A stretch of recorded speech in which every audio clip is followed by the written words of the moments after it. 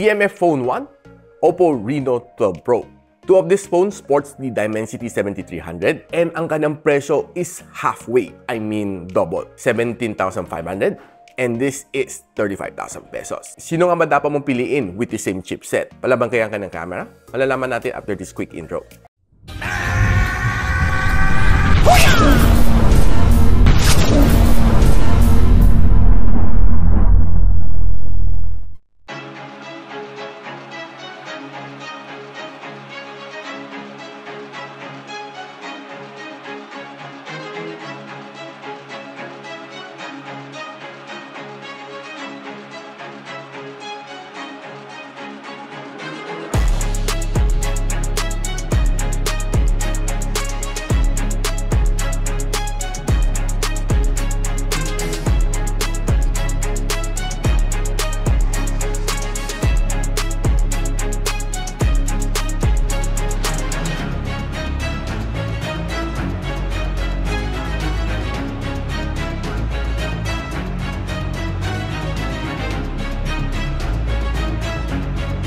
Now guys, i-compare na natin yung mga shots na nakuha natin on both cameras. No? So, si Oppo Reno 12 Pro has a little bit more saturated approach as opposed sa a little bit more yellowish konti dito sa CMF Phone 1. Now, pag tinignan mo sila both, mukhang pareho naman, hindi naman nagkakalayo. But yung kanyang color, makita mo, it's a little bit different. And if you zoom it in dito sa logo ng Solaire, dito on top, it looks almost the same once you zoom it in. Hindi talaga sila nagkakalayo. Now, if you're checking naman selfie shot, both are just normal zoom. Hindi ko naman ginamitan ng ultra-wide.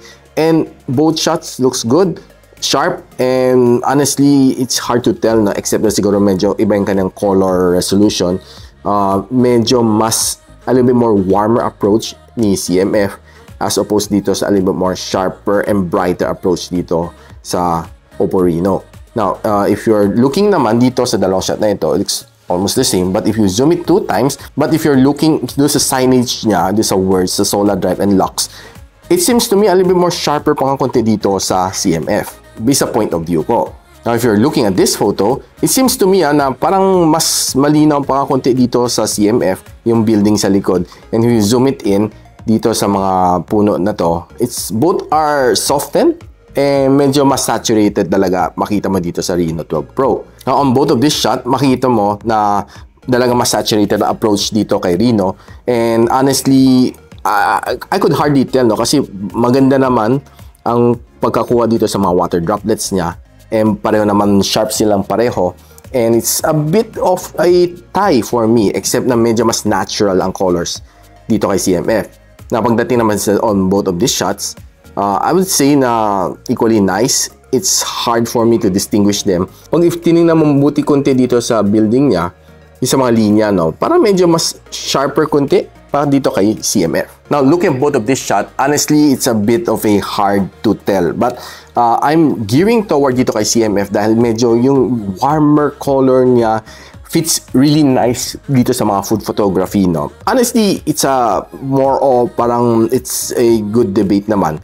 But if you zoom it in dito, parang mas maganda lang tingnan yung sa reproduction ng color science dito sa CMF. Equally said din dito, mukhang mas manggad ang CMF as opposed sa medyo mas artificial yellow color dito sa Oppo Reno 12. Ako tinitingnan naman itong dalawang picture na ito. Honestly, I would say na parang mas maganda tingnan dito kay Oppo Reno 12 dahil yung kanyang color looks more of a salmonish na color.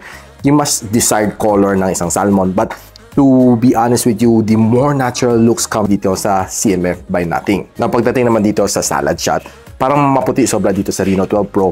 Wherein dito parang medyo mas natural yung kanyang pagka-yellow kunti ng kanyang mayonnaise, which looks, I think, much yummier tingnan. Na pagdating naman sa selfie camera in their low light, I think mas desirable for me personally dito sa Reno 12 Pro.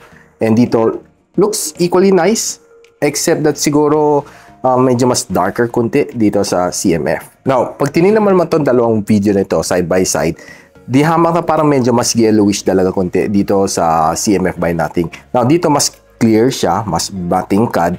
Pero pagdating sa details, I think equally good din dito kay CMF. Pagdating naman din sa video na ito, honestly, I would say na parang medyo mas yellowish konti dito mas matingkad. Pero one thing napansin ko is hindi overexposed yung nasa left side ni CMF by nothing while I'm walking, pero mas desirable lang konti ang color dito sa Reno 12. Now, pagdating naman sa Antutu benchmark score, it's a bit far cry. Ito, pro variant na to Mas worse pa si Reno 12 at 598,000 points. Kitang-kita evident ang kanilang score difference. Given the same chipset, mas powerful ang CPU dito. GPUs the same.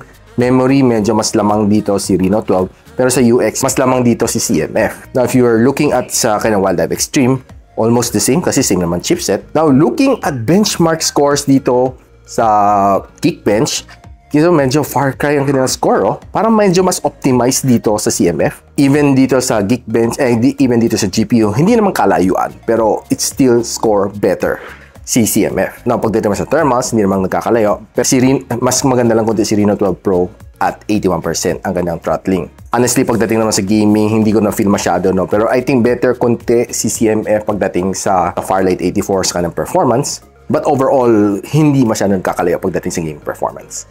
So guys, nakita mo na yung kanyang performance dito sa dalawa, kanyang camera performance, kanyang quick gaming performance, and some benchmark comparison kung sino nga ba dapat mas better choice at double the price. Personally, I'll pick the CMF Phone 1 from nothing dahil it has the same processor. Ang kanyang camera performance is palaban, but definitely the Reno 12 Pro takes the cake pagdating sa camera performance, but this one humahabol dito at half the price. Gaming performance, feel ko medyo mas angat dito konti. Overall feel okay si CMF by nothing. Probably one thing na wala lang niya dito is AI capability na meron dito sa Reno 12 Pro. So if you're asking for my suggestion, take the CMF by nothing. But if you want to know kung saan ko nabili both phones, link on the description. And if you like this video, don't forget to share it to your friends. And sub to this channel is definitely awesome. I'll see you on my next one. And so, ako para si Richmond, and you're watching Gadget Sidekick. What's up? Like and subscribe to my channel. Don't forget to hit that notification bell. For one of my latest uploads, click the dito. And for one of my popular uploads, click here.